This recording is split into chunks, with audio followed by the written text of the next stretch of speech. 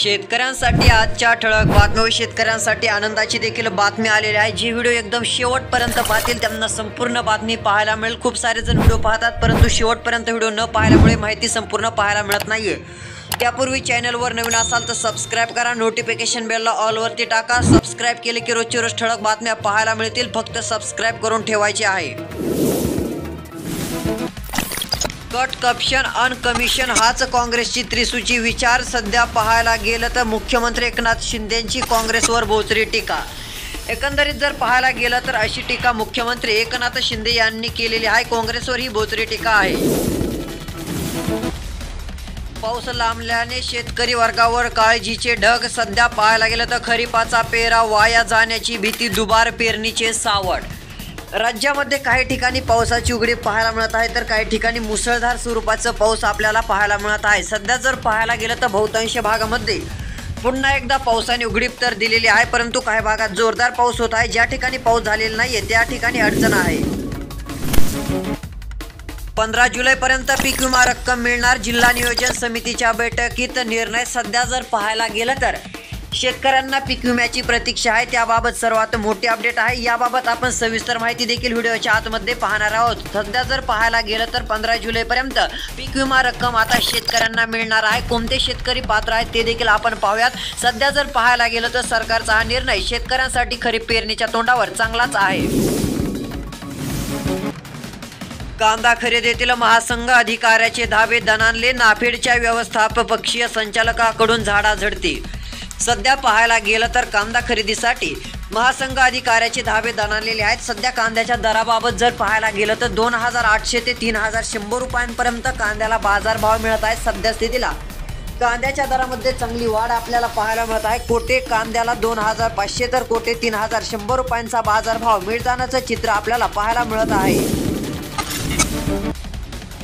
आमच्यात भांडणं लावण्याचे काम करू नका, पृथ्वीराज चव्हाणांनी अजित पवार गटाच्या नेत्याला चांगलेच सुनावले। सध्या जर पाहायला गेलं तर शेतकऱ्यांकडे देखील सरकारने लक्ष द्यावे। सध्या स्थितीला आमच्यात भांडणं लावण्याचं काम करू नका, पृथ्वीराज चव्हाणांनी अजित पवार गटाच्या नेत्याला सुनावलेलं आहे। सध्या स्थितीला पाहायला गेलं तर राजकारणाबाबत ही एक सर्वात मोठी बातमी आपल्याला दिसून येत आहे। कांदा दूध दरवाढीसाठी शेतकऱ्यांची ट्रॅक्टर रॅली, लंके यांच्या नेतृत्वाखाली सरकारचे वेधले लक्ष। सध्या जर पाहायला गेलं तर कांदा दूध दरवाढीसाठी शेतकऱ्यांची ट्रॅक्टर रॅली आपल्याला पाहायला मिळत आहे। लंके यांच्या नेतृत्वाखाली सरकारचे वेधले लक्ष अशी स्थिती दिसून येत आहे। सध्या जर पाहायला गेलं तर कांद्याला चांगला बाजारभाव मिळावा यासाठी देखील रॅली आहे, परंतु कांद्याच्या दरामध्ये आता चांगलीच वाढ होत आहे। दूध दरवाढीसाठी शेतकऱ्यांची ट्रॅक्टर रॅली आपल्याला दिसून येत आहे। आता सरकार काय निर्णय घेणार याकडे देखील शेतकऱ्यांचे लक्ष। 15 जुलैपर्यंत आता पीक विमा रक्कम मिळणार आहे। आता कोणते शेतकरी पात्र आहेत ते देखील आपण पाहूयात। आता सध्या स्थितीला पीक विम्यासाठी मदत 853 कोटी रुपये जी आहे ती जमा होणार आहे, थेट शेतकऱ्यांच्या खात्यात जमा होणार आहे। सध्या स्थितीला शेतकऱ्यांना चांगलाच दिलासा मिळेल। आता जर पाहायला गेलं तर ही रक्कम 15 जुलैपर्यंत पीक विम्याची मिळणार आहे। जिल्हा नियोजन समितीच्या बैठकीत पालकमंत्र्यांचे आश्वासन देखील आपल्याला पाहायला मिळत आहे। सध्या स्थितीला पाहायला गेलं तर 5,80,000 शेतकऱ्यांना पीक विम्याची रक्कम मिळण्यासाठी शासन स्तरावर पीक विमा कंपन्यांशी बोलणी अंतिम टप्प्यात आलेली असून आता लवकरच शेतकऱ्यांच्या खात्यात पीक विम्याची रक्कम देखील जमा करण्यात येत आहे। सध्या स्थितीला जर पाहायला गेलं तर शेतकऱ्यांना खरीप पेरणीच्या तोंडावर याची गरज देखील खूप मोठ्या प्रमाणात होती व यावर्षी दुष्काळाची सावट देखील पाहायला मिळालेली होते, त्यामुळे शेतकऱ्यांना याची चांगलीच गरज पाहायला मिळत आहे। आता लवकरच नाशिक जिल्ह्यातील शेतकऱ्यांच्या खात्यात येणार आहे। नाशिक जिल्ह्याबाबत तर आपण पीक विम्याचे अपडेट पाहिलेले आहे। आता पुढील जिल्हे कोणते आहेत ते देखील पाहूयात। राज्यात जून अखेर केवळ 46% पीक कर्ज पुरवठा वितरणात पुणे विभाग आघाडीवर, कोकण सर्वात पिछाडीवर। सध्या जर पाहायला गेलं तर राज्यात जून अखेर केवळ 46 पीक कर्ज जे आहे ती पुरवठा झालेला आहे। 46% म्हणजे खूपच कमी आपल्याला पाहायला मिळत आहे। सध्या स्थितीला वितरणामध्ये पुणे विभाग आघाडीवर आपल्याला पाहायला मिळत आहे, तर सर्वात पिछाडीवर असणारा विभाग कोकण विभाग आपल्याला दिसून आलेला आहे। याकडे लवकरात लवकर लक्ष द्यावे। KYC नसल्याने शेतकऱ्यांच्या खात्यात येणारे 18 कोटी तसेच पडून।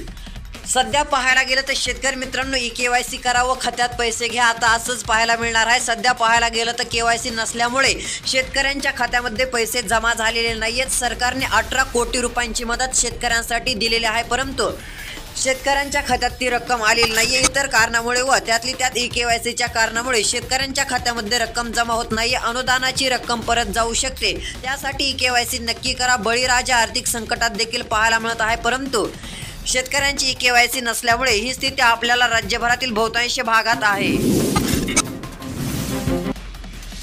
आरक्षणाची मर्यादा वाढवण्यासाठी विधिमंडळात ठराव द्या, पाठिंबा देतो उद्धव ठाकरे यांचे पाप लपविण्यासाठी राज्य सरकारच्या फसव्या योजना।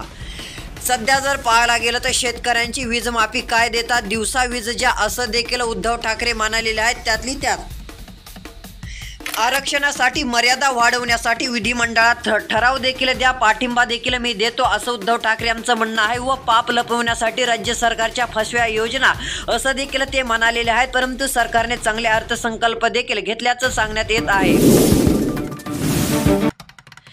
दरवाढ होत नसल्याने सोयाबीन घरातच पडून सोयाबीनबाबत सध्याची स्थिती। सध्या जर पाहायला गेलं तर सोयाबीनच्या दरात कोणत्याही प्रकारची वाढ आपल्याला दिसून येत नाहीये। सध्या स्थितीला अनेक शेतकऱ्यांच्या घरात सोयाबीन तशीच पडून आहे, तर काही शेतकऱ्यांनी आर्थिक अडचणीमुळे सोयाबीन विकलेले आहे। परंतु सध्या जर पाहायला गेलं तर सोयाबीनचे दर आहे 4,500 रुपयांपर्यंत तर 4,400 रुपयांपर्यंत असे काही बाजार समितीत पाहायला मिळालेले आहेत। 5,000 रुपयांपर्यंत दर शेतकऱ्यांना हवा आहे, परंतु मिळत नाही। पीक विम्याचा लाभ वंचित शेतकऱ्यांना मिळू द्या। सध्या पाहायला गेलं तर जे शेतकरी आता पीक विम्यापासून वंचित राहिलेले आहेत त्यांना लाभ मिळू द्या असं देखील सांगण्यात येत आहे। सध्या जर पाहायला गेलं तर भरपूर साऱ्या शेतकऱ्यांनी पीक विमा भरलेला होता, परंतु शेतकऱ्यांच्या खात्यामध्ये रक्कम न आल्यामुळे शेतकरी वर्ग नाराज पाहायला मिळत आहे। त्यातली त्यात जर आता पाहायला गेलं तर लवकरात लवकर पीक विमा शेतकऱ्यांच्या खात्यात देण्यात यावा अशी देखील मागणी शेतकऱ्यांकडून देखील करण्यात येत आहे व तसेच इतर मोठ्या नेत्यांकडून देखील आता होत आहेत। सध्या जर पाहायला गेलं तर सरसकट पीक विमा शेतकऱ्यांना दिला तर शेतकऱ्यांना चांगलाच फायदा होईल। आता राज्य सरकार यावर काय निर्णय घेतं याकडे देखील लक्ष लागलेले आहे। आता लवकरच निर्णय घेईल असं देखील वाटतं। KYC अभावी शेतकऱ्यांचे दुष्काळी अनुदान रखडले, सध्याची स्थिती। निधीसाठी तात्काळ KYCचे केले आव्हान। सन 2022 पासून सर्व थकीत नुकसान भरपाईसह दुष्काळाची रक्कम जी आहे ती शेतकऱ्यांच्या खात्यात आलेली नव्हती। शेतकऱ्यांसाठी वरून मदत दिलेली आहे, परंतु KYC न केल्यामुळे शेतकऱ्यांचे दुष्काळी अनुदान जे देखील रखडल्याचं पाहायला मिळत आहे व त्यातली त्यात PM किसानचे देखील हप्ते शेतकऱ्यांच्या खात्यामध्ये येईनासे झालेले आहेत। त्यामुळे शेतकरी मित्रांनी KYC करणे गरजेचे राहील।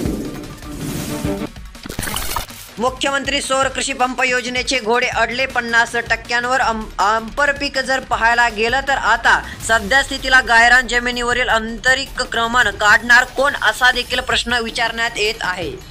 सध्या स्थितीला सौर कृषी योजनेचे घोडे अडकले 50%वर अशी स्थिती राज्यभरातून पाहायला मिळत आहे। याकडे लवकरात लवकर लक्ष देण्यात यावे। राज्यातील शेतकऱ्यांसाठी दिलासादायक बातमी। आता पीक विमा कोणत्या जिल्ह्यातील शेतकऱ्यांना मिळणार आहे ते आपण पाहूयात। सध्या जर पाहायला गेलं तर त्यामध्ये सर्वात पहिला जिल्हा आहे नाशिक जिल्हा। या जिल्ह्यात देखील पीक विमा मिळणार आहे, तर दुसरा जिल्हा आपल्याला सांगली पाहायला मिळत आहे। या जिल्ह्यातील देखील शेतकऱ्यांना दिलासा मिळणार आहे। तसेच पुढील जिल्हा जर पाहायला गेलं तर सांगली तसेच नाशिक जिल्हा आपल्याला पाहायला मिळत आहे व जालना जिल्ह्यात देखील आता लवकरच मदत देखील पाहायला मिळणार आहे। यामुळे शेतकरी वर्ग आनंदित पाहायला मिळत आहे। ही मदत सध्या स्थितीला 3 जिल्ह्यात आहे। आता उद्याच्या व्हिडिओमध्ये कोणते जिल्हे पात्र आहेत ते देखील पाहणार आहोत। सध्या स्थितीला काही शेतकऱ्यांना भरपाई मिळालीच नाही, रुपयात विमा काढून उपयोग काय असा देखील प्रश्न उपस्थित आहे।